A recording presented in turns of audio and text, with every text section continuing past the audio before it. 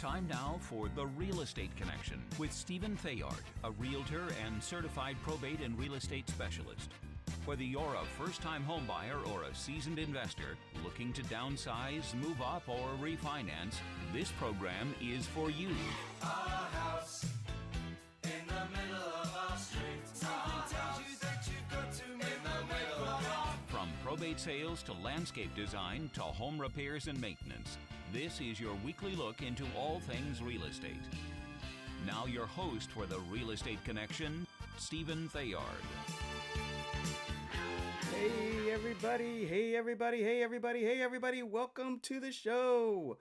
Thank you for joining me today. Here's a great big round of applause for you. Yes. Thank you. Thank you so much for coming out and spending some time on your Wednesday with me today on another episode of The Real Estate Connection, brought to you by Good Patriot Realty, a salute to home ownership. I want to thank you, sponsor, for sponsoring this show. This is Stephen Theard, your host and real estate broker here in Northern California, California DRE number 017000019. If you have any questions related to real estate related, residential real estate related issues, whether it's investing, selling, or buying, or looking into the value of a property that you may be even inheriting, give me a call, 408-472-0817. Again, 408-472-0817.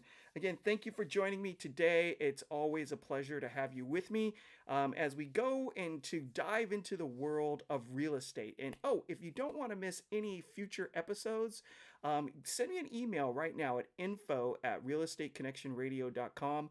Again, that's info at realestateconnectionradio.com with your name and your email address, and I'd be happy to add you to my podcast distribution list. Also, if you just want to go ahead and sign up for the podcast, you can find the Real Estate Connection on Apple Podcasts under the business section, and you can find the Real Estate Connection on Podbean, Podbean, podbean.com. Just search The Real Estate Connection. You should see the logo in the corner with me in the cowboy hat, and it should be very easy to find and sign up. And that way, even if you miss the live feeds, you can catch up later on at your convenience. So without any further ado, we're going to jump in to the program. And today, we're going to talk about the fixer-upper. Now, there's like a whole series or genre of shows based on this concept on home and garden television, and a lot of people that are out in the market have the mind, because they're creative, they want to buy something that they can put their personal touch on. Traditionally, this would also be a less expensive property than something that we call turnkey. And what that really means as far as turnkey is concerned is you put the key in the door, you turn it, unlock it, walk in, and you start living. Because really, you don't need any other,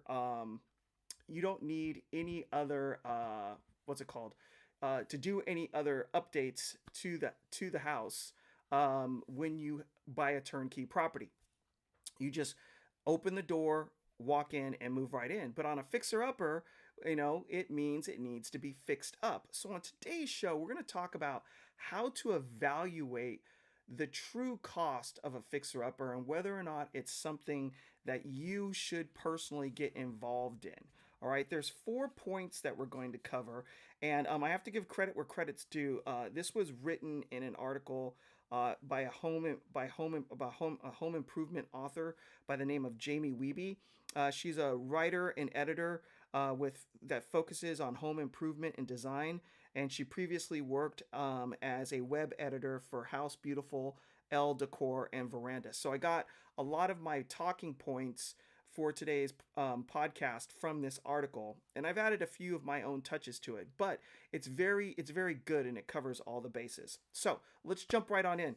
What are the 4 things you need to know before you purchase the fixer-upper? Now remember, you are looking to purchase a fixer-upper and not a money pit. I don't know if you guys ever saw that show, actually the movie called Money Pit, where a husband and wife bought what they thought was going to be a fixer-upper, and it turned out to just have problem after problem after problem after problem, and they were just dumping tons of cash into this property, and it never was really moving forward, which then caused a lot of stress in the relationship. You do not want to walk into a fixer-upper and have that turn into a money pit for you and your spouse, or you and your loved one either. So this is part of the process, is being careful that you are not running in and buying a fixer-upper. All right, so number one, and I know this sounds obvious, right, Captain Obvious? Number one is evaluate the price. Now, so this is really important. You will see a lot of houses on the market at one price, and then a fixer-upper will pop up. You'll see the condition of it, and it will appear to be less expensive. But you really need to get into the weeds and do the homework and detail analysis to really determine if that house is appropriately priced for what you need to do to it. So don't fall in love too quickly. Make sure the phrase "just needs a little TLC" is actually true. Check to see what similar homes in the neighborhood are selling for.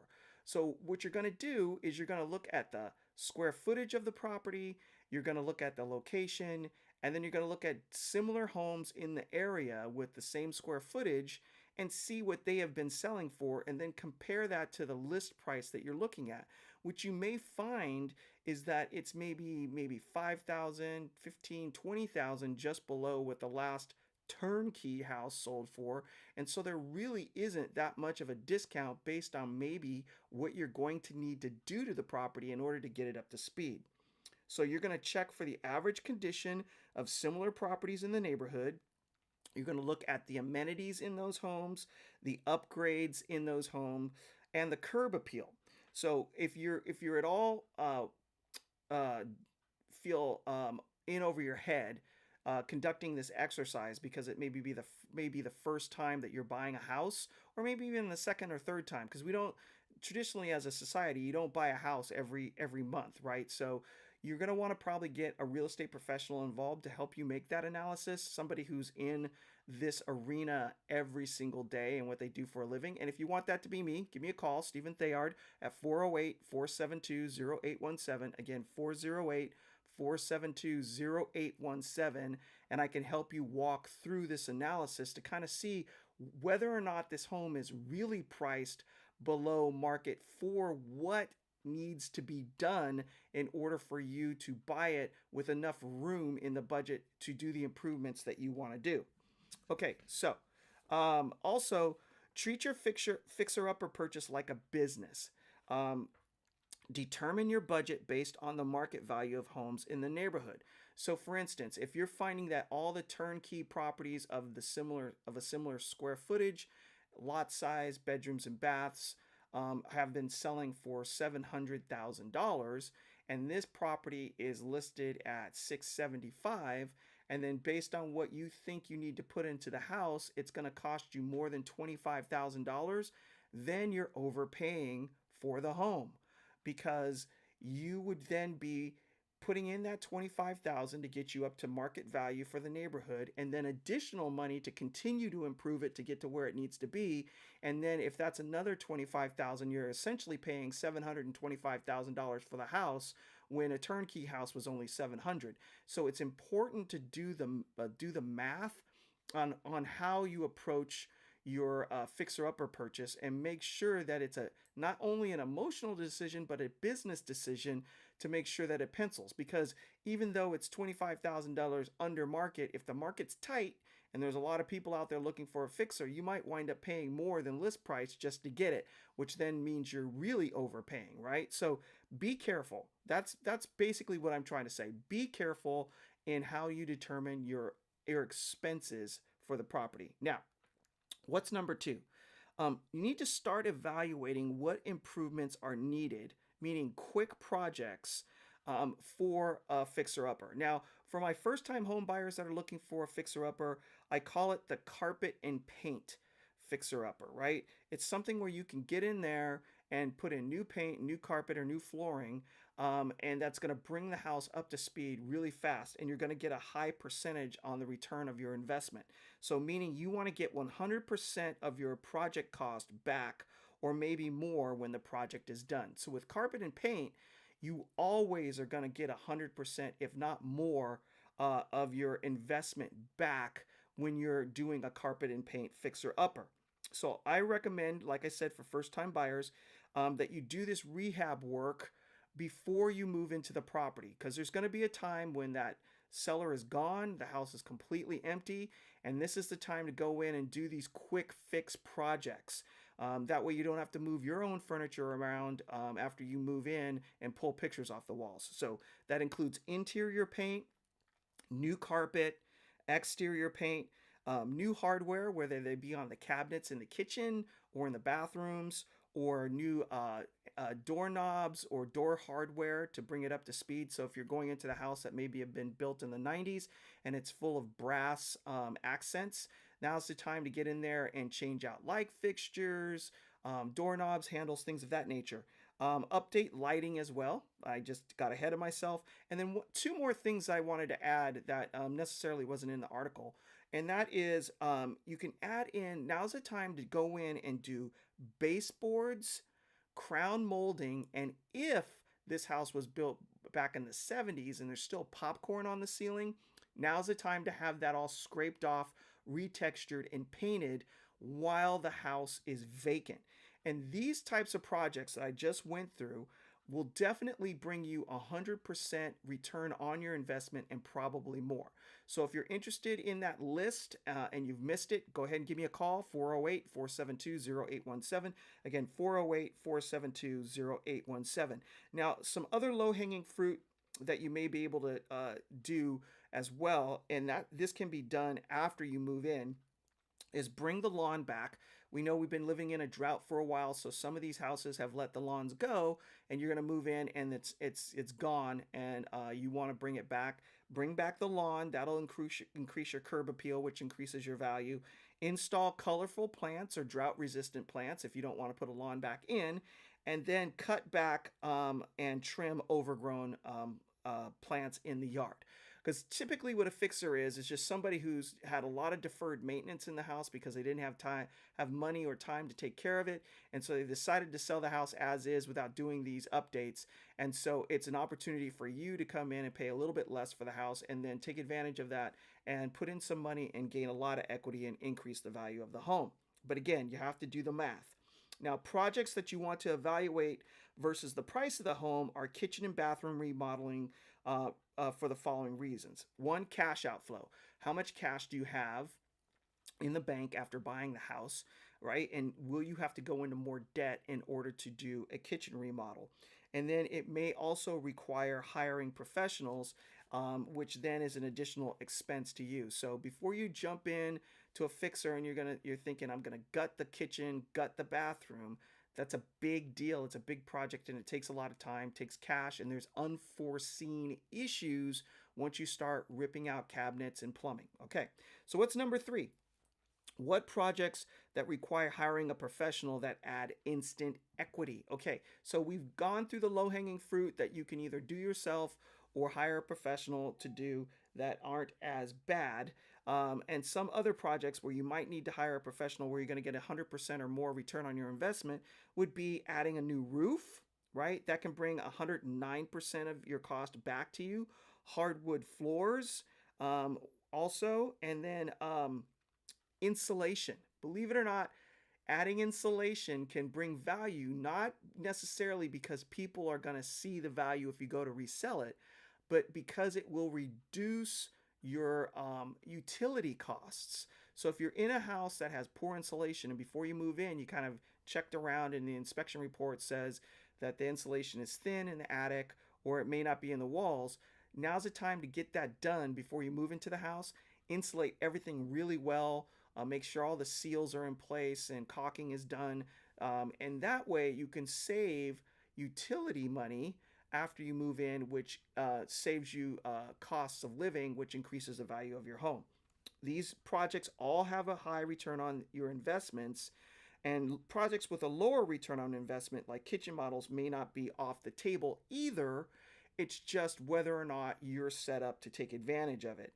My advice is don't let the tail wag the dog, meaning if the home is purchased at a low enough price, the enjoyment factor may outweigh the lower return on investment for a larger remodel project, right? So for some reason, you get the deal of the century. The house, all the houses in the neighborhood are priced turnkey at 700,000, and you pick up the house for say 550,000, right? At that point, adding a new kitchen may make a lot of sense because you have enough cushion between what you purchased the house for and what the fair market value is in the neighborhood in order to do a project like that, where even if you don't get 100% of your investment back, you will still improve the property and have enough cushion in that as well. So also, what's number 4? So this is probably one of the most important things.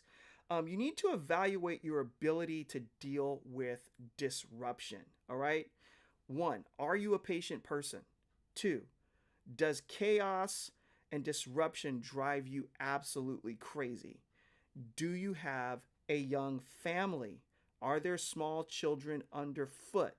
Okay, so whether you are a do-it-yourself person or hire a pro person, you must evaluate this question within yourself. I will tell you, based on my experience of living through a bathroom remodel, and it was just me and my wife in the house, there's a lot of dust, okay?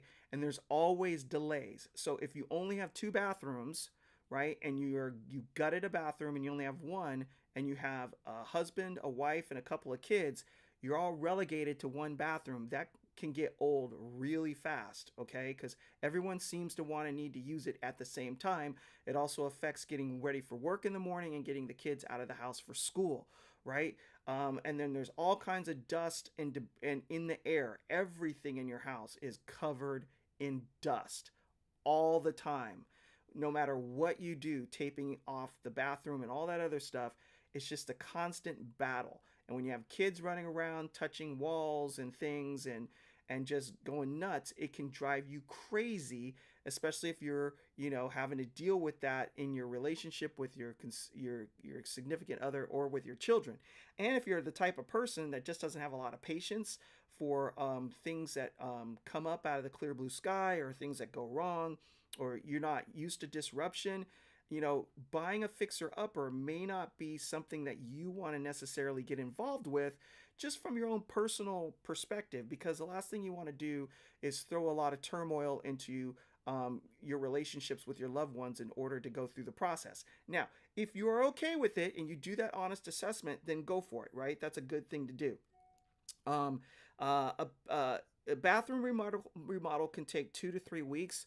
Honestly, I would budget a month, right, for a bathroom, or maybe more. And if it's a kitchen, 2 months. I don't care what your contractor says, is there's going to be issues. And especially with supply chain issues going on right now in the United States and being able to get things from hardware stores and the cost of materials and contractors being really busy, they'll go ahead and sign the contract and come in and start doing the work and make all kinds of promises. But then, they don't show up, or they're late, or they say they've got to delay a week, or for whatever reason, these things tend to just stretch out. So go in with your eyes wide open and know that these things are going to be taking at least 20% longer than what they're quoting. Cost overruns as well. Be prepared to have extra money laying around for a contingency in case there are issues going through these remodel projects. I would say at least 20%, okay? It's very important because stuff's going to pop up. You open up a wall, and then you might find like a wood member that has water damage that needs to be replaced because it's a structural issue. Or you go to do plumbing and you find that there's a leak that's been going on that you didn't know about, and you got to replace some boards. Or your subfloor in your bathroom is weak because there's been a leak from the toilet that you couldn't see until you pulled up the floor. I mean, there's all sorts of other things, and it usually revolves around water or wood destroying pest issues or carpenter ants or some sort of pest. It's just things that are hidden that slowly erode over time that you can't see until you start tearing things apart. And then that will slow the project down too, because you might have been set to install the vanity, and then all of a sudden you've got to do repair work before you can install that vanity. So these are the things that you have to be careful of. All right. So also mistakes will happen, and you may have to take something out and put something back in. Make sure you are ready to handle it mentally and physically and financially before you jump into anything. All right. So that's it. Okay. If you have any questions about your desire to purchase a fixer-upper and have a specific fact pattern that you'd like to discuss with me, give me a call, 408-472-0817. Again, 408-472-0817. I'd be happy to help you. Stephen Theard with Good Patriot Realty, California DRE number 017-00019. And I'm going to leave you with this, especially as it relates to remodels or fixer-uppers. Be strong and courageous. Do not be afraid. Do not be discouraged, for the Lord your God will be with you wherever you go. Joshua 1:9. Have faith. Step out in faith. You will be taken care of. Put your trust in God. He promises to prosper you and not to hurt you. That's just how he operates. All right. Thank you very much. God bless you. God bless the United States of America. God bless your family. Stay safe, stay healthy, and we will see you next week on another episode of The Real Estate Connection with your host and broker, Stephen Theard. All right. We'll talk to you later, guys. Here's the outro. This has been The Real Estate Connection with Realtor and Certified Probate and Real Estate Specialist, Stephen Theard. Licensed Cal BRE number 0170019. For more information on this program, visit realestateconnectionradio.com. To contact Stephen directly, call 408-472-0817 or email info@realestateconnectionradio.com. And be sure to tune in next week at this time for The Real Estate Connection.